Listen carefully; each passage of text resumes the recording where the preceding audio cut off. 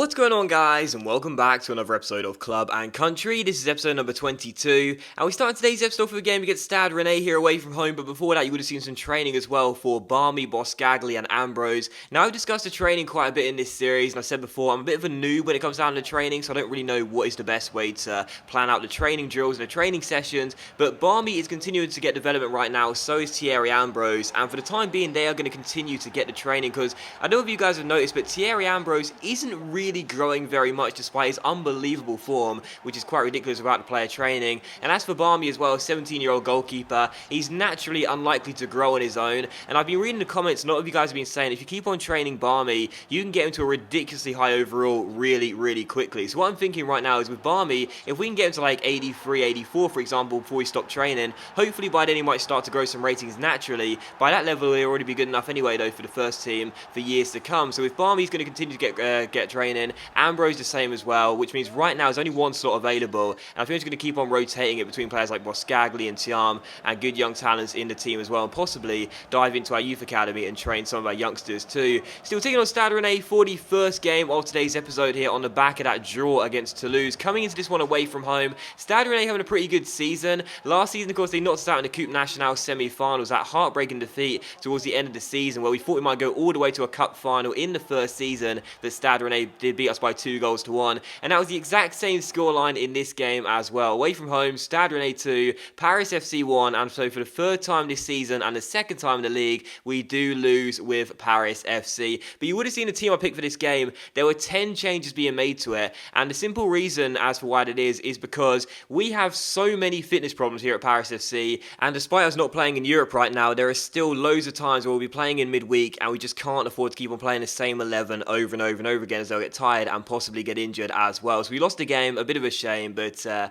was one of those things. Making those 10 changes was always going to be quite difficult for us, and there you go.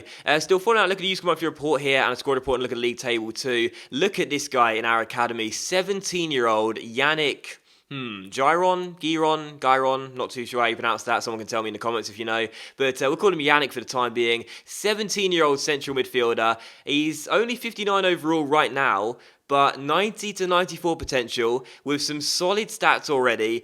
I'll say this right now, this guy could be one of the best young players I promote through the academy that's not a scout future star. He looks really good, and I'm really excited for when he does decide he's had enough of the academy and wants to get promoted to the first team, because I'll throw him straight into the first team, I'll throw him straight into the first team. Right now I want him to stay in the academy and continue developing there. We don't have to worry about giving him game time whilst he's there, and he'll continue to grow. But if he ever decides he's had enough in the academy, wants to start playing professional games, I'll give him a contract and he'll either take Dingome's place or Thiam's place and go right into the first 11, because I'm telling you right now, that kid looks really talented. And Barmy is a youth player who's held down the number 1 jersey this season and will most likely do for years to come at Paris FC. That guy could be another youth player that succeeds here at Paris FC. And one of the problems I had with Club and Country last year is there weren't too many youth players that really succeeded with Racing Santander. Because of the growth problems, it was quite hard, but I know there are growth problems this year here as well in FIFA 16, but with a player training feature as well, and hopefully a bit of good fortune as well, we could have at least 2 players that come in the first and second season for Paris FC in Barmy and Yannick that could be fantastic for years to come. So for the time being, he'll stay in the academy, but when he does get promoted, he'll go straight in the first team, probably partner Thiam in that defensive midfield position, and hopefully grow into the monster, which I'm sure he could become.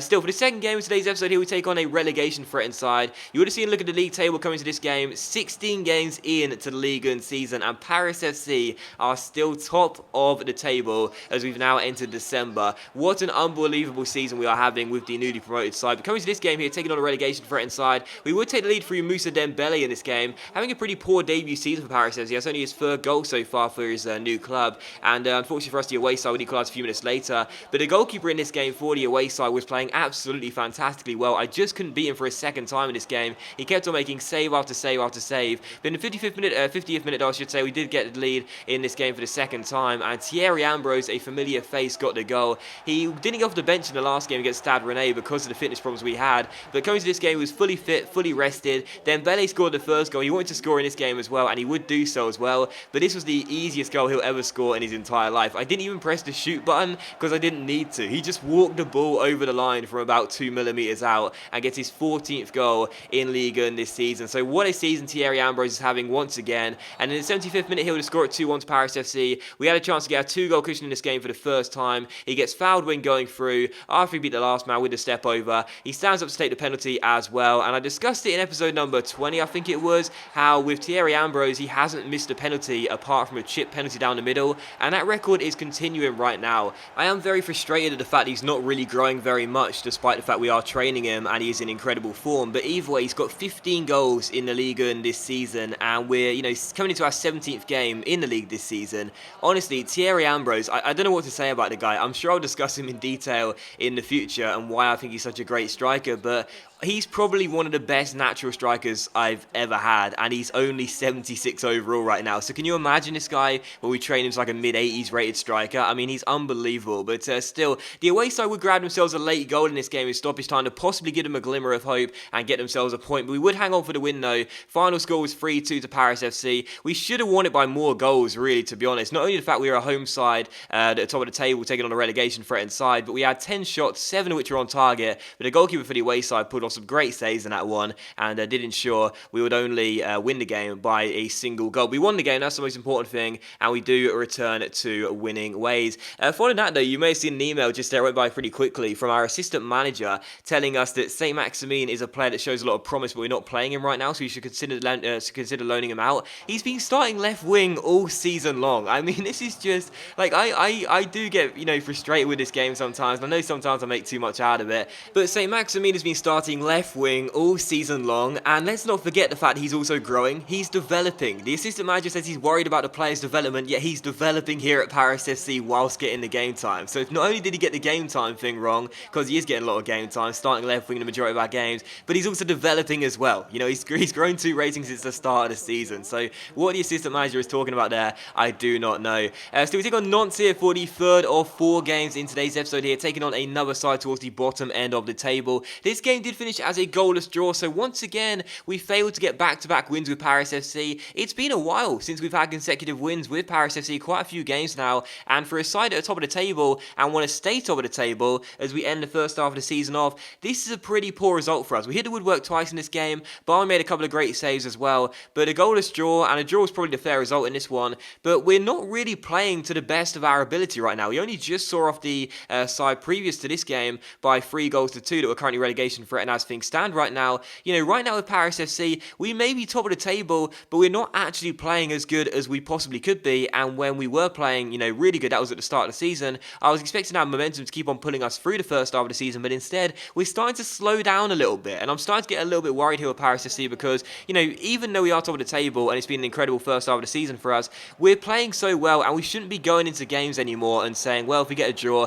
that'll be fair enough. We should be the favourites in a lot of the games we play. We may not have a fantastic team here at Paris FC, but because our confidence is sky high right now, when we're taking on those sort of teams, we should be expecting the 3 points and nothing else. Still, we take on Stade Brest for the 4th and final game of today's episode here. This is the 19th game of the Ligue 1 season, so after this one, we will be officially halfway through the season. If we win the game, we will guarantee to be staying top of the table at Christmas, so what a prospect that would be. And coming to this game, we would take the lead as well early on. Sissako with a great cross down the right hand side, picks out Thierry Ambrose, who scores once again, and does make it Paris FC 1, Stade Brest 0. Sadly for us though, Stade Brest would equalise 20 minutes before the end. We had a great chance to double our lead in the first half, but Boga fluffed his lines to make it 2-0. And would we pay for that? Well, 20 minutes before the end, we would be pegged back, and Stade Brest would get themselves back on level terms here. Just like our goals, a cross from the right hand side, which we failed to deal with in the centre. It was flicked on, and what a finish that is. A lovely bicycle kick into the bottom corner. Not really a bicycle kick, but an acrobatic kick anyway from Carlos Nunes into the bottom corner,